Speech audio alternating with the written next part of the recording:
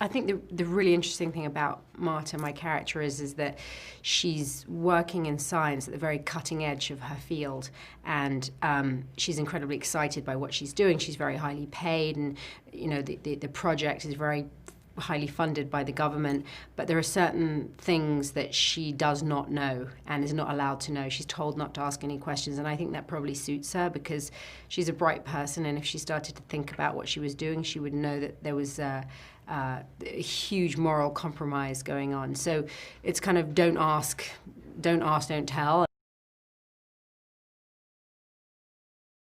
There's an arc from her being completely helpless to she becomes a kind of warrior, in a sense. I think I was on the back of a bike a couple of times in my life. It's not something I've not done a lot of motorbike riding. I mean, it's a very different thing, I think, riding a bike and being driven. I was on the back, so I had to just trust Jeremy and surrender. But there was also, hundreds and hundreds of extras driving jeepneys and cars around us that we were weaving in and out of us. So it wasn't just trusting Jeremy, which I did. I did trust him. It was all these other random things. I mean, for an accident occur, the probability was pretty high as far as I was concerned, but I had to surrender. So, but the good thing about it was I didn't have to act. I was just absolutely terrified, and so was my character, so I didn't have to act, so that was in a way easy. The thing I like about Born is the level of realism. So the stunts feel and look very realistic, partly because of Dan Bradley's great directorial skill at directing stunts, but also because they actually just are real. I mean, we were just doing them.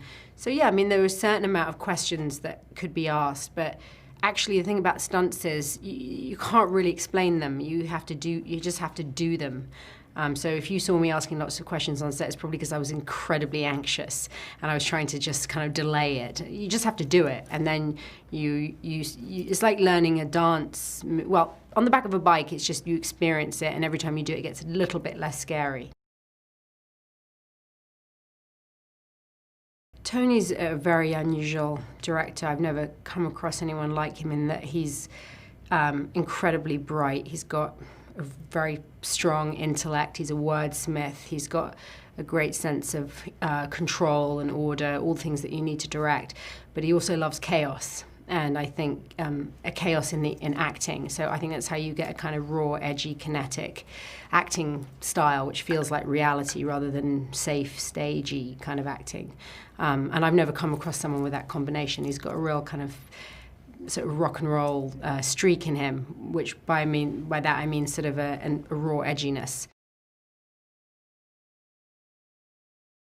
The Bourne legacy is raw, exciting, edgy, kinetic, dangerous, sexy, and has got heart.